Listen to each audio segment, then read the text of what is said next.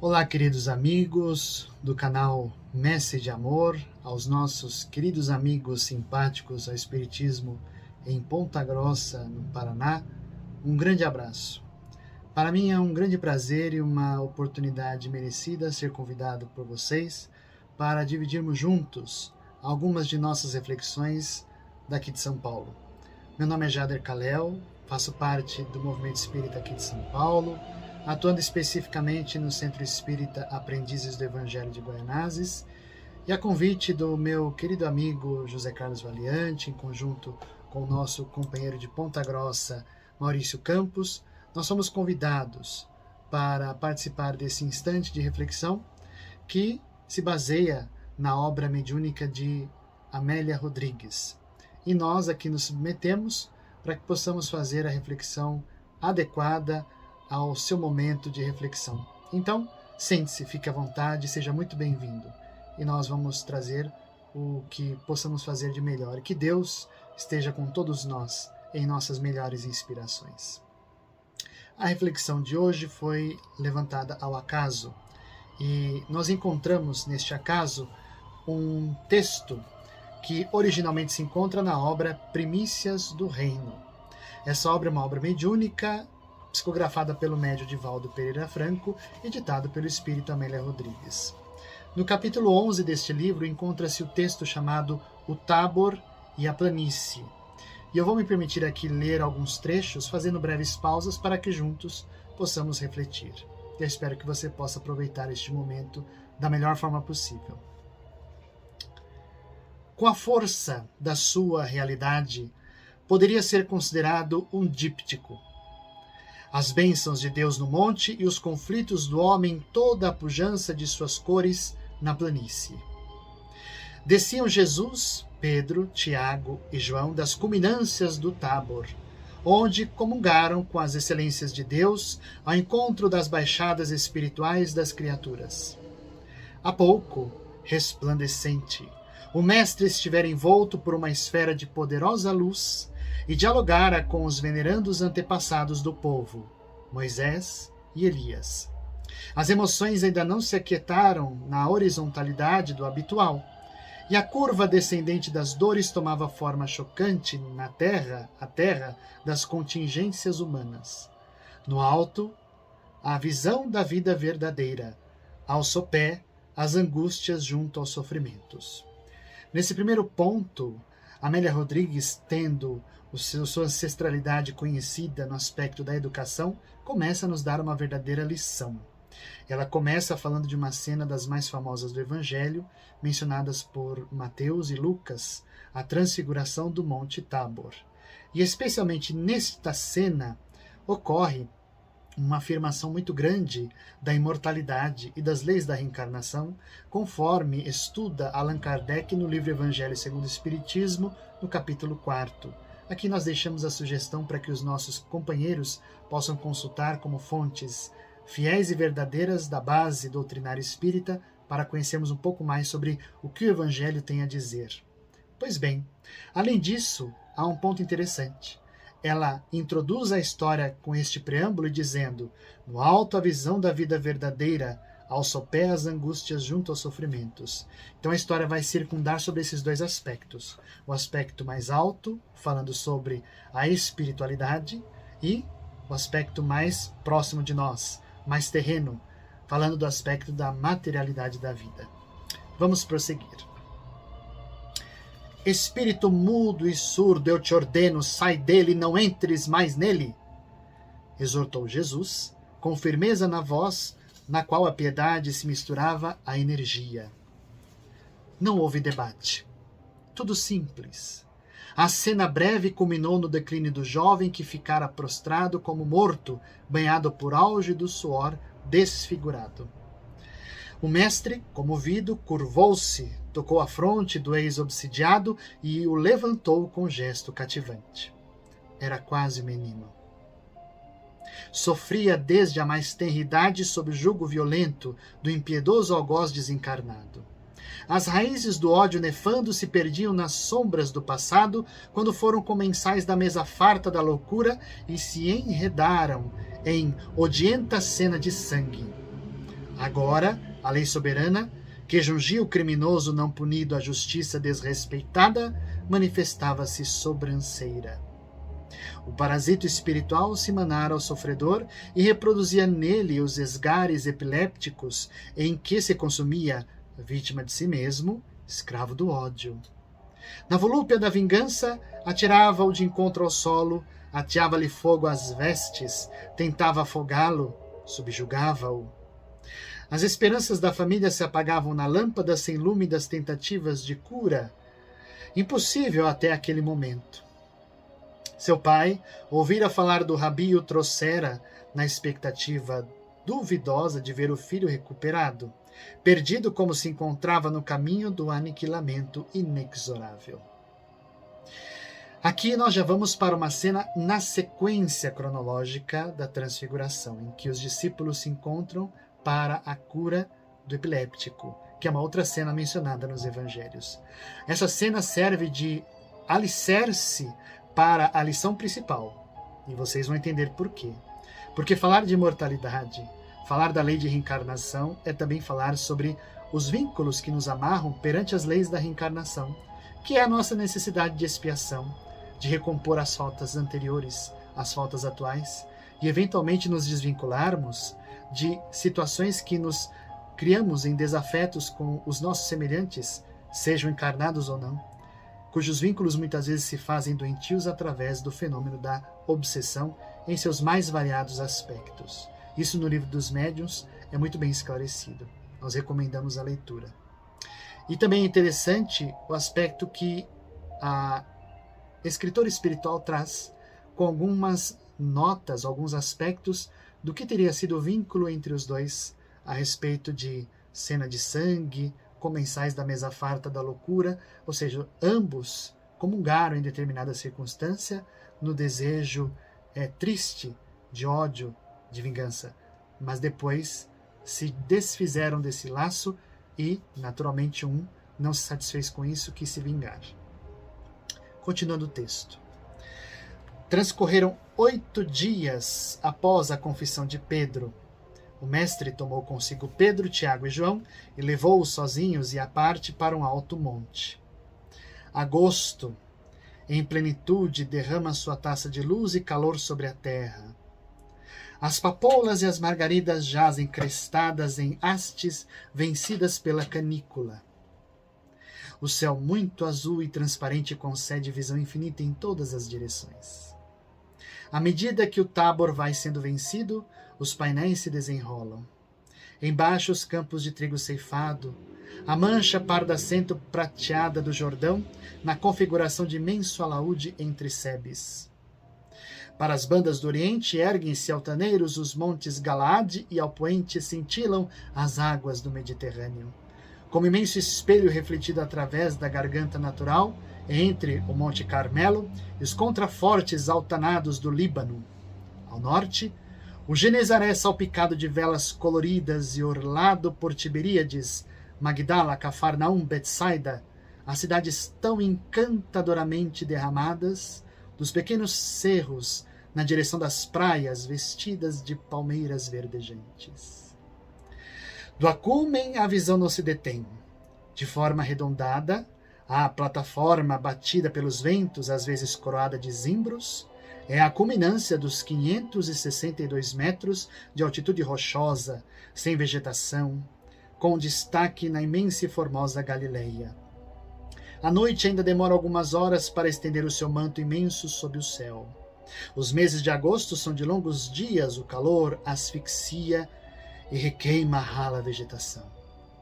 A jornada é longa.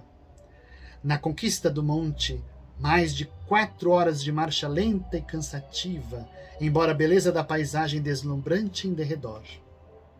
Atingido o cume, o mestre se põe em oração. Os discípulos, suarentos e cansados, adormecem à sombra dos arbustos escassos. Um grande silêncio envolve tudo e todos. O mormaço quase asfixia. A noite vence a natureza e o mestre ora. A madrugada alcança o rabi em oração. Os companheiros dormem. Vozes percutem na monotonia. Os discípulos despertam, assustados, e são dominados pela visão sublime da transfiguração do Mestre, com as vestes incendidas, dialogando com Moisés e Elias. As palavras vibram no ar, mas não são palavras como as que se ouvem comumente. Logo após diluída a visão, Simão se acerca do rabi e exclama: Mestre, bom é que estejamos aqui e façamos 3 cabanas, uma para ti, outra para Moisés e outra para Elias. O mestre fita o compadecido. Uma nuvem surge misteriosa e uma voz então exclama: Este é o meu filho amado, a ele ouvi. Os discípulos ainda não refeitos são tomados de pavor. A grandiosa revelação fora feita. Jesus estivera em toda a sua glória e eles foram testemunhas silenciosas e emocionadas do acontecimento incomparável. Os céus foram cindidos e os discípulos tiveram o conhecimento do divino. Pedro se reportará mais tarde a essa metamorfose do Mestre, testemunho insofismável em que se fundamenta sua fé. O rabi, no entanto, exige-lhe silêncio. A verdade tem que ser dosada para o entendimento da argila humana. Mais tarde, João, ao escrever os ditos do Senhor, iniciará a sua narrativa evocando certamente a cena inesquecível. Nela estava a vida, e a vida era a luz dos homens. A luz resplandeceu nas trevas, e as trevas não a compreenderam. Que maravilhoso, não é? Amélia Rodrigues vai entremeando várias situações e cenas para trazer a tônica da poética do momento da transfiguração. Aqui, poeticamente descrita por ela, descrevendo todo o processo de construção da cena, desde a subida ao Monte Tabor e todo o cenário paradisíaco a que se envolvia aquele local. O altaneiro poderia ser uma convenção simplesmente, porque Jesus podia se conectar com a espiritualidade superior em qualquer instante. Mas a cena do monte, o ambiente inspirador, a noite silenciosa e recolhida para cada um, permitia o acesso muito mais fácil, muito mais direto com a espiritualidade soberana. E é nesse sentido que ele começa a travar um diálogo com espíritos de alta envergadura, Elias e Moisés. E então, Jesus pede silêncio aos discípulos porque eles estão entusiasmados. E na ânsia de querer atender o entusiasmo, tentam resolver a situação ao seu modo. E Jesus entende que aquilo precisa de uma explicação muito mais demorada e que não vai ser respondida por ele. Porque se trata da reencarnação, da imortalidade. Jesus está mostrando que existem ali seres que já viveram e que sobrevivem à morte, estão na imortalidade. E ainda mais sobre Elias, que vai ser descrito depois, um diálogo para falar sobre a reencarnação.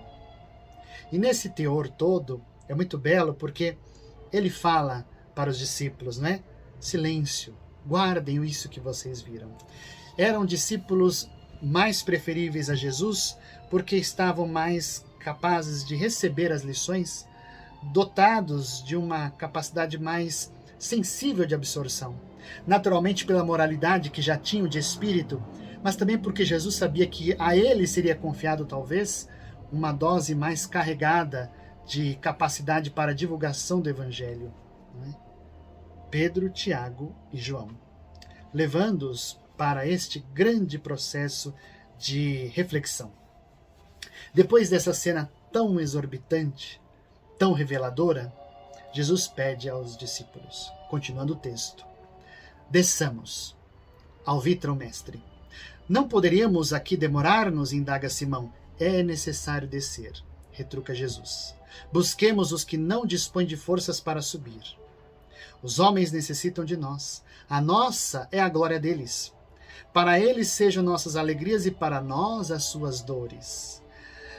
Depois da comunhão com os céus, a convivência entre os que se demoram na terra.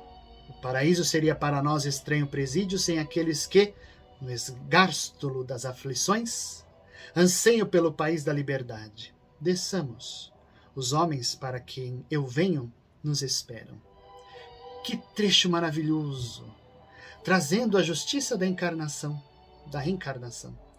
A justiça que nos impele de retornar tantas quantas vezes forem necessárias para solucionarmos as nossas questões pessoais.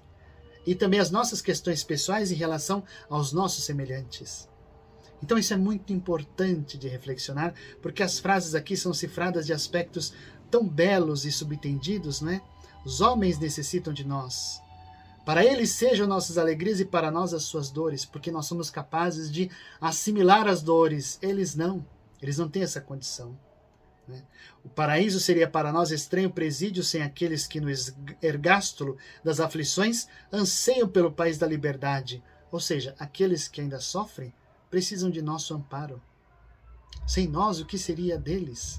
Porque nós precisamos auxiliá-los, porque assim também engrandeceremos nós em termos de moralidade. O princípio que fica subentendido na doutrina espírita e nas leis divinas, que é o princípio da solidariedade entre os espíritos, irmãos que são filhos de Deus. Todos nós devemos amparar-nos uns aos outros enquanto irmãos. É muito belo essas frases, traduzindo a cena. Continua a autor espiritual. Na descida do monte confabulam. Rabi, indagam como receosos. Dizem os escribas que é mistério que venha primeiro Elias. Elias já veio, e não o conheceram, mas fizeram-lhe tudo quanto quiseram. Assim farão também padecer o Filho do Homem. Então entenderam os discípulos que lhe falara de João Batista. A nova revelação de ser Elias, João Batista renascido, surpreende os companheiros que começam a compreender os inescrutáveis desígnios do Pai. Os espíritos, então, estuantes de felicidade, a festa em seus corações. Aí está a grande revelação do princípio da reencarnação. Tão bem traduzido, dizendo que tanto sofrimento seria feito sobre João Batista, será feito ao Filho do Homem, se referindo a ele mesmo, ele que será mais adiante levado ao sacrifício e à humilhação. Então tudo isto leva-nos a uma clareza muito grande sobre o princípio da justiça das reencarnações.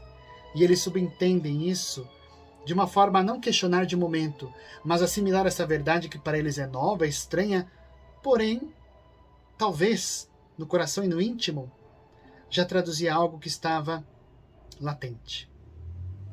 Conforme Kardec diz no capítulo 4 do Evangelho segundo o Espiritismo, não é? Só o princípio da reencarnação é capaz de explicar todas as injustiças e todas as desigualdades que existem no mundo.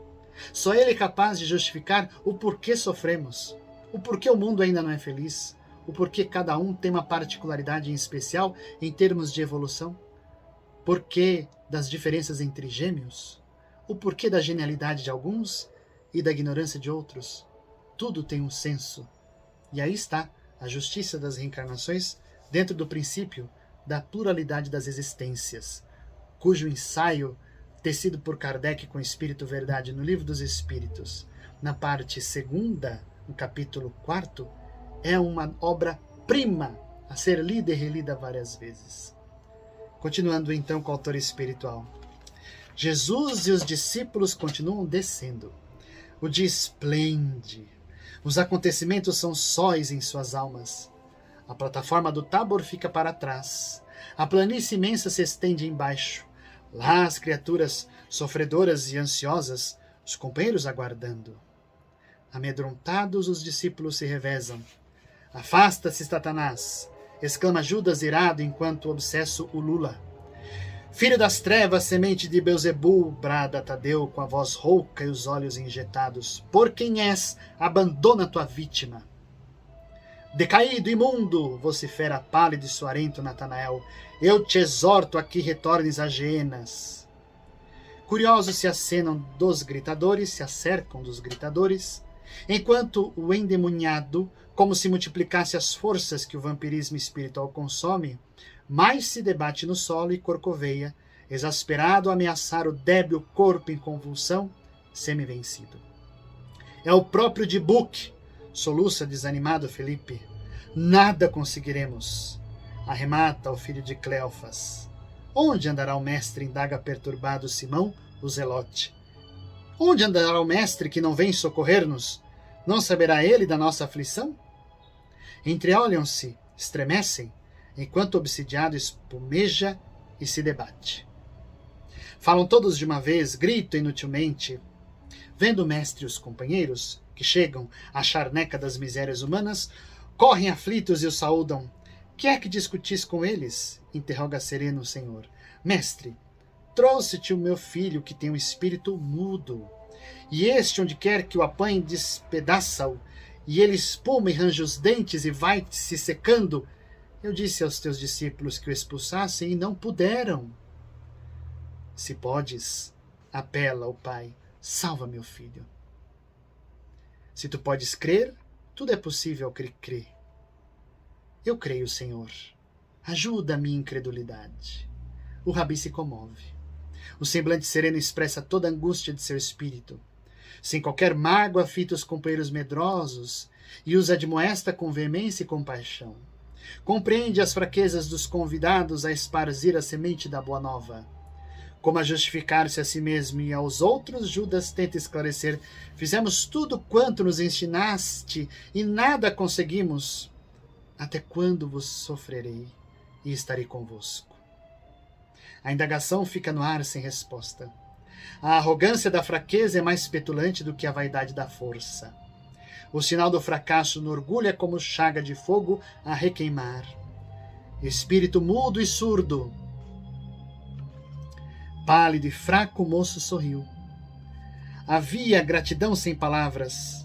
Osculou a mão do rabi e, conduzido pelo pai em êxtase de alegria, seguiram ambos no rumo do lar. É muito bonita esta segunda cena, que casa com a primeira, porque não é possível imaginarmos as leis da reencarnação sem imaginar a justiça sobre elas, mas uma justiça que não é severa, uma justiça que não é dura, uma justiça que não é impiedosa, é uma justiça que é justa, equânime, sensata, agradável àqueles que a elas se submetem. E é por isso que Jesus, corroborando com essa justiça, sendo boa, plácida e incrivelmente certa do que deve fazer, com serenidade orienta os seus discípulos que estavam aflitos, porque veja, no começo, como eles usam de diálogo com o espírito que está envolvido no processo obsessivo, com palavras extremamente exclamativas, com palavras exageradas, com palavras de caráter humilhante, como se queressem realmente arrancar, né? Retirar.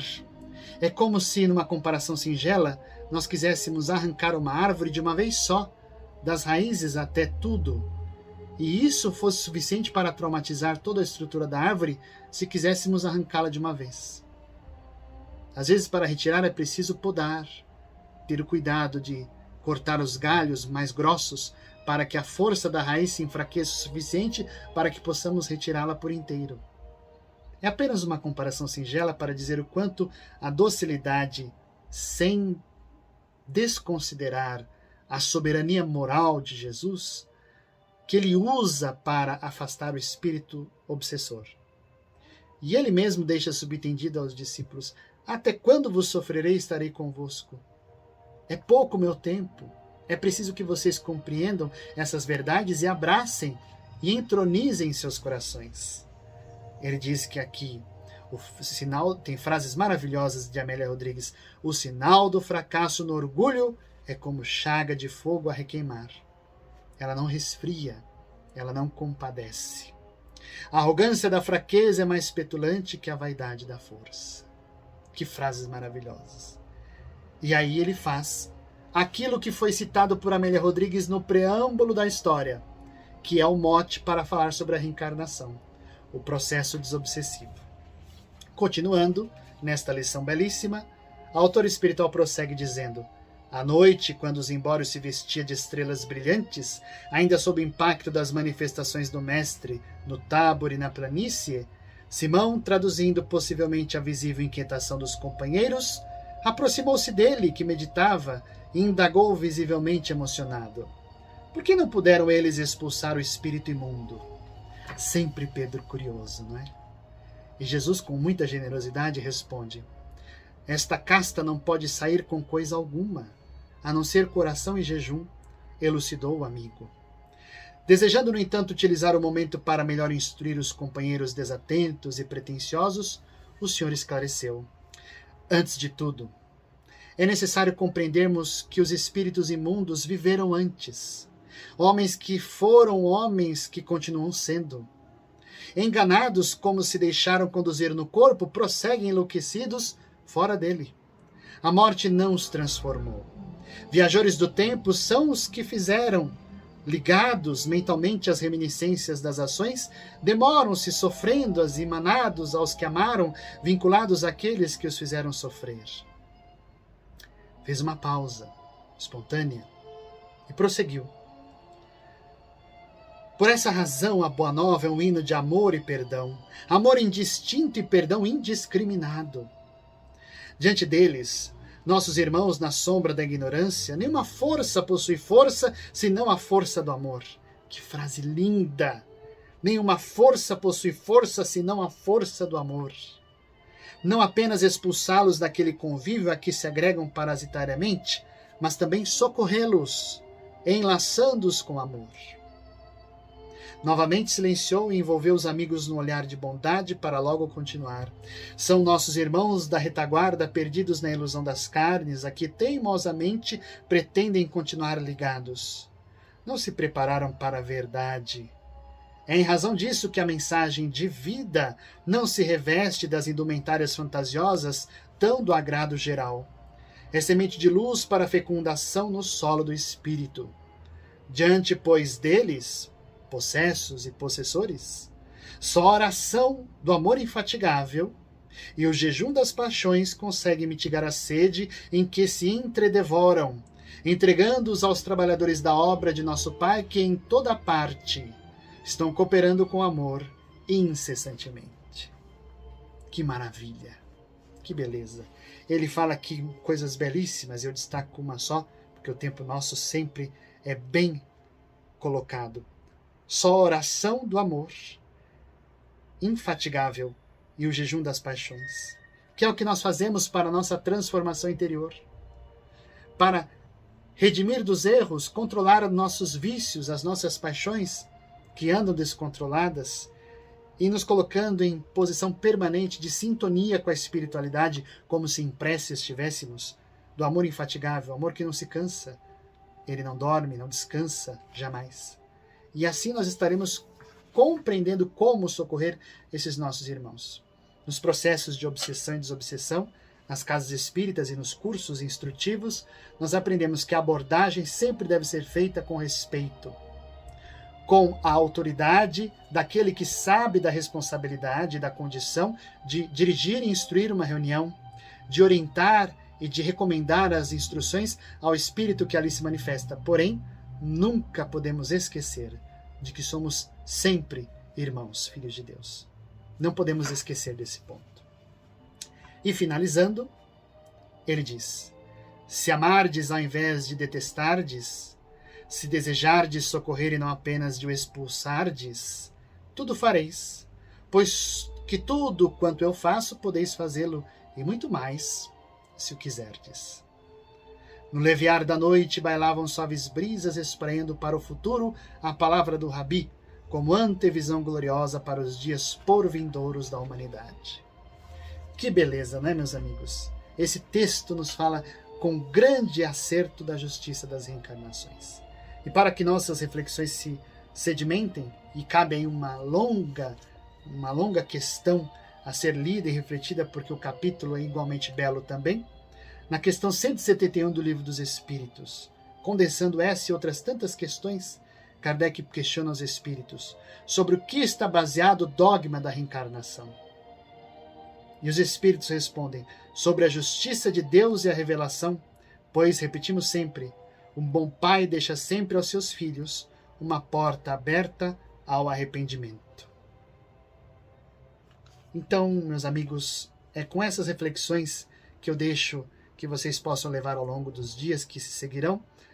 A beleza e a justiça da reencarnação, como é justa, como é equânime, como é benéfica, como é benévola e generosa a justiça da reencarnação, que retratada nessa cena do Evangelho, lindamente escrita por Amélia Rodrigues, nos dá as tintas necessárias para entender esse painel que às vezes é tão confuso para nós mesmos. E é isso, meus amigos.